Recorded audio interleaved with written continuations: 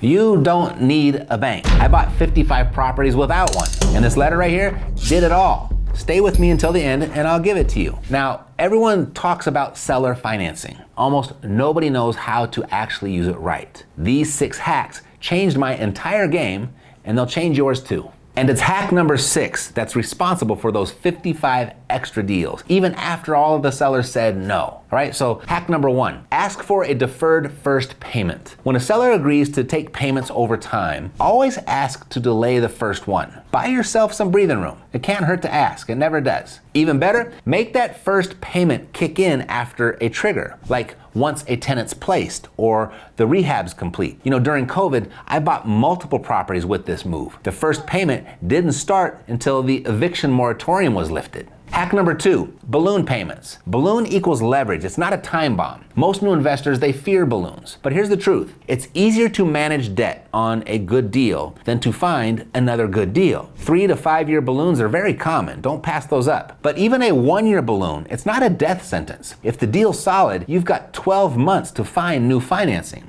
That's plenty of time to lock it in and hold on to that asset. Those 2 hacks alone can flip your whole investing game. Now, let's level up. Most people treat seller financing like a fairy tale. Sounds cool, but no clue how to make it real. I was the same. I'd either overpay, or I'd confuse sellers, or I'd just flat out scare them away. I'd hear that you could buy houses without a bank, but then freeze when it came time to negotiate it. I mean, I had no script, no plan, just a bunch of awkward silence and a lot of missed deals. If I could go back in time and hand beginner me 6 seller financing moves, these would be them. Each one is going to get you better terms, more deals, and way less risk, even if it's your first one. All right, so let's keep going. Hack number 3, use interest only for flexibility. This move is gold. Interest only payments keep cash flow high and monthly pressures low. And you can escalate interest too over time, like start with 1% for years 1 through 3, then 3% after that. Or you can split it, do 3% now and 3% later, or even defer it entirely for a bit. And if you're worried about not paying down principal, don't. Let the appreciation take care of that. Or keep the loan in place and only pay it off when you sell or refinance. You can build in that contingency. It removes pressure and it aligns your payoff with your actual profit. Hack number 4, add a discount payoff clause. Want to pay off early and save money? You can write that into the agreement. Sellers say yes to it much more often than you'd think. Even though if it's not in writing, here's the move. Every 6 months, check in with the seller. Then say something like, Mr. Seller, I've got $100,000 to put into a new deal, or I can send it to you now and settle our $125,000 balance. Interested? That simple pitch works about 70% of the time within 3 years. And if you need upfront capital to structure a deal like this, you're going to want to check out loopholelending.com. They offer up to $150,000 at 0% interest for 18 months. If you've got a 680 credit score or better, you're probably in. It's one of my favorite tools for creative deals.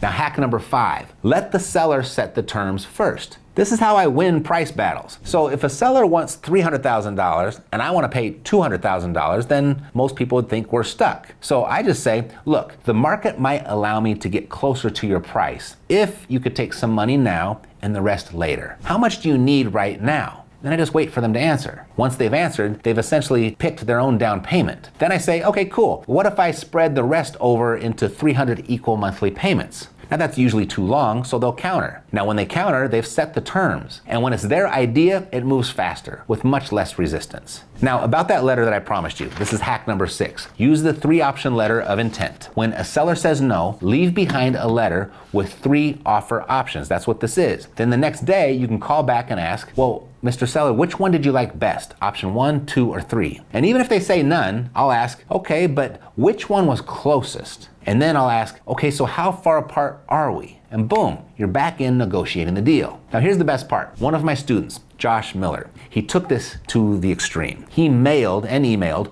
over 1,200 of these letters to every seller that ever said no to him. And he closed 55 extra deals from doing it. That's why I now call this letter the rejection letter. And it works. It works like a charm. And if you want this letter, you can grab it for free at 3optionloi.com. Or if you want to go deeper, I've got a private session happening in Vegas this month. The link's below. You can get all the details there. Use these 6 hacks. They work in practical, real-world application, even if you've never done a deal. I mean, if I'd known just one of them when I started, I'd have closed way more, way sooner. Thanks for watching. I'll see you next time. Take care.